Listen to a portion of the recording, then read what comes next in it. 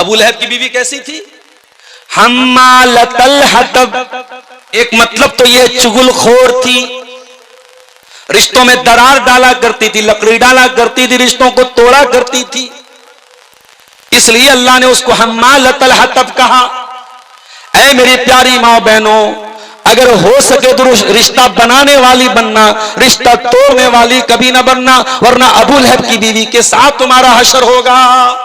چغل خور نہ بننا، رشتوں میں درار ڈالنے والی نہ بننا، اگر ہو سکے تو ملانے والی بننا. کبھی کسی کی دشمنی میں نفرت کا پٹرول مت ڈالنا، کبھی نفرت کا زہر مت ڈالنا. اسی لیے اللہ کے نبی فرماتے ہیں اگر آپس میں جھگڑا ہو جائے، اس جھگڑے کو جو بڑھاتا ہے، اللہ کے نبی نے فرمایا ہی الحالقہ، رشتوں کو توڑنا، رشتوں کو کاٹنا، یہ انسان کی نیکیوں کو ختم کر دیتا ہے، ریموو کر دیتا ہے، مٹا دیتا ہے، دین کو مٹا دیتا ہے، اسلام کو مٹا دیتا ہے. اور اگر کوئی رشتوں کو جوڑتا ہے، میل ملاپ کراتا ہے، اصلاح کراتا ہے، اللہ کے نبی نے اس کو نماز سے بہتر کہا، صدقہ سے بہتر کہا، جہاد سے بہتر کہا. اس لیے اگر دو لوگوں میں دوری ہے، درار ہے، تو درار کو دور کرنے والے بنو، درار کو بڑھانے والے مت بنو میرے پیارے ساتھ. یہاں تک کہ اسلام میں جھوٹ بہت بڑا گناہ ہے، لیکن اگر دو لوگوں کو ملانے کے لیے جھوٹ بولنا پڑے تو اسلام نے جھوٹ بھی بولنے کی اجازت دی. اللہ کے پیارے نبی صلی اللہ علیہ وسلم فرماتے ہیں لیس الکذاب الذی یصلح بین الناس، جو لوگوں کے بیچ میں صلح کراتا ہے، اگر وہ جھوٹ بھی بولتے تو اس کا جھوٹ جھوٹ نہیں لکھا جائے گا، وہ جھوٹا نہیں ہے جو صلح کرانے کے لیے جھوٹ بولے. تو ابو لہب کی بیوی کیسی تھی؟ حمالۃ الحطب، لکڑی لگانے والی تھی، لکڑی اٹھانے والی. ایک مطلب تو یہ ہے اس آیت کا. اور دوسرا مطلب کیا ہے؟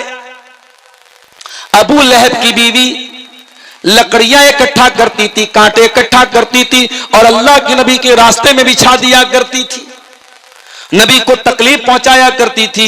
اسی لیے قرآن جب اس کا نام لیتا ہے، قرآن جب اس کا ذکر کرتا ہے تو کیا کہتا ہے؟ وَامْرَأَتُهُ حَمَّالَةَ الْحَطَبِ، ابو لہب کی بیوی بھی جہنم میں جائے گی جو لکڑی اکٹھا کرنے والی تھی. ابو لہب کی بیوی کے پاس ایک بہت بڑا ہار تھا. ہار سمجھتے نا، ہار، نیکلس، موتیوں کا ہار تھا. وہ اتنی کمبخت تھی، اس نے اپنے موتیوں کے ہار کو بیچ دیا اور کہا کہ اس کو بیچ کر کے میں اسلام کے خلاف استعمال کروں گی، محمد رسول اللہ کے خلاف استعمال. اللہ اکبر. جب نبی چندے کی اپیل کرتے تھے، عورتیں اپنے زیورات بھیجتی تھی اسلام کی مدد کرنے کے لیے. اور یہ دیکھو کتنی ظالم عورت تھی، یہ اپنا موتیوں کا ہار کیوں بیچ رہی ہے؟ اسلام کے خلاف استعمال کرنے کے لیے، اللہ کے نبی کے خلاف استعمال کرنے کے لیے. قرآن کہتا ہے فی جیدہا حبل من مسد، اے ابو لہب کی بیوی، تو نے اپنے گلے کے ہار کو اسلام کے خلاف استعمال کیا تھا، تو نے محمد رسول اللہ کے خلاف استعمال کیا تھا. اے ابو لہب کی بیوی، کل قیامت کے دن تیرے گلے میں کھجور کی چھال کی رسی ڈال کے تجھ کو جہنم میں ڈالا جائے گا. حبل من مسد، کھجور کی چھال کی رسی ڈال کے تجھے جہنم کی آگ میں ڈالا جائے گا. اور بعض علماء نے لکھا کہ کھجور کی چھال کی نہیں، لوہے کی زنجیر اس کی گردن میں ڈالی جائے. ثم فی سلسلۃ ذروھا 70 ذراعا فاسلکوا، 70 گز لمبی زنجیر جس سے جہنمیوں کو جکڑا جائے گا، وہ ابو لہب کی بیوی ام جمیل کے گلے میں ڈالی جائے گی، اور اس زنجیر اس کے گلے میں ڈال کے اس کو جہنم میں ڈالا جائے گا. پتہ یہ چلا کہ اگر شوہر کے غلط کاموں میں بیوی سپورٹ کرتی ہے تو بیوی کا بھی وہی انجام ہوگا جو شوہر کا انجام ہوگا. اس لیے خبردار، کبھی غلط کام میں کسی کا سپورٹ مت کرو. اگر ہو سکے تو اچھے کاموں میں سپورٹ کرو، اور نہیں کر سکتے تو کم سے کم برائی میں سپورٹ مت کرو. قرآن ایک اصول بتاتا ہے تعاونوا علی البر والتقوی ولا تعاونوا علی الاثم والعدوان. نیکی کے کاموں میں، تقوی کے کاموں میں ایک دوسرے کی مدد کرو، اور گناہ کے کاموں میں، زیادتی کے کاموں میں ایک دوسرے کی مدد نہ کرو. ابو لہب کی بیوی کیوں برباد ہوئی؟ اپنے شوہر کا غلط کام میں سپورٹ کرنے کی وجہ سے. تو یہ قرآن کی ایک چھوٹی سی سورت تھی جس میں صرف 5 آیتیں ہیں. ان 5 آیتوں کی تفسیر اور اس کا معنی اور مطلب میں نے آپ کے سامنے بیان کیا ہے۔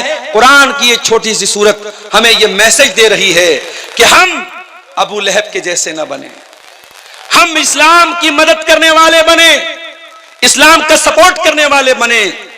قیامت کی صبح تک جب تک قرآن پڑھا جاتا رہے گا تبت یدا ابی لہب بھی پڑھی جائے گی، اور یہ سورت دنیا کو یہ پیغام دے گی کہ اے دنیا والو، اگر ہو سکے تو تم ابو بکر کے ساتھ کھڑے ہونا، عمر فاروق کے ساتھ کھڑے ہونا، عثمان غنی کے ساتھ کھڑے ہونا، تم ابو لہب کے ساتھ کھڑے مت ہونا۔ اسلام کے خلاف اپنی انرجی کو استعمال مت کرنا، اسلام کے خلاف اپنی طاقت کو استعمال مت کرنا۔ میرے پیارے ساتھیوں، ابھی جب میں پٹنہ سے آ رہا تھا آپ کے بیچ میں، 5-6 کلومیٹر پہلے ایک جگہ میلہ لگا ہوا تھا، ہمارے کوئی غیر مسلم بھائیوں کا میلہ تھا، ان کا مندر بھی وہاں تھا، مندر کے پاس میلہ لگا ہوا تھا۔ میں نے دیکھا بڑا جام لگا ہوا ہے، تو میں نے کسی سے پوچھا بھئی کیا معاملہ ہے؟ کسی نے کہا کوئی لڑکا کسی لڑکی کو لے کے بھاگ گیا ہے۔ تو یہ لڑکا لڑکی کو جو لے کے بھاگتا ہے، ہم کبھی کبھی سیمانچل کے کچھ جلسوں میں بھی یہ سچویشن ہم دیکھتے ہیں کہ صاحب جلسوں میں بھی کبھی کبھی شور اٹھتا ہے، کیا ہوا کوئی لڑکا کسی لڑکی کو لے کے بھاگ گیا۔ تو مجھے ایسا لگتا ہے کہ کہیں نہ کہیں جو کلچر ہمارے غیر مسلم بھائیوں کا ہے، ان کے یہاں میلے ٹھیلے کا جو کلچر ہے، وہ کلچر ہمارے یہاں جلسوں میں بھی ایک میلے ٹھیلے کا ماحول بنا لیا جاتا ہے۔ ان کے یہاں بھی لڑکے لڑکیاں سب بازار میں گھوم رہے، ہمارے یہاں بھی جلسوں میں بازاروں میں گھومتے رہتے ہیں، اور یہ جو معاملات ان کے یہاں ہوتے وہ ہمارے یہاں بھی ہوتے ہیں۔ میرے پیارے ساتھیوں، ہمیں اور آپ کو یہ سوچنا چاہیے کہ ہم ابو لہب کے مشن کو آگے بڑھا رہے ہیں یا ابو بکر صدیق کے مشن کو آگے بڑھا رہے ہیں۔ آج برائیوں کا ایسا ماحول ہے میرے پیارے ساتھیوں کہ اللہ کی پناہ ہے، دن بدن برائیاں بڑھ رہی ہیں، اور ایسے ماحول میں ہمارے لیے آئیڈیل اگر کوئی لوگ ہیں تو نبی کے صحابہ ہیں۔ میرے پیارے ساتھ، اللہ کے نبی صحابہ کے ساتھ بیٹھے ہوئے ہیں۔ آپ نے فرمایا جو آدمی دنیا میں نماز پڑھے گا جنت میں اس کے لیے الگ سے ایک گیٹ ہوگا، باب الصلاۃ، وہ اس گیٹ سے جنت میں داخل ہوگا۔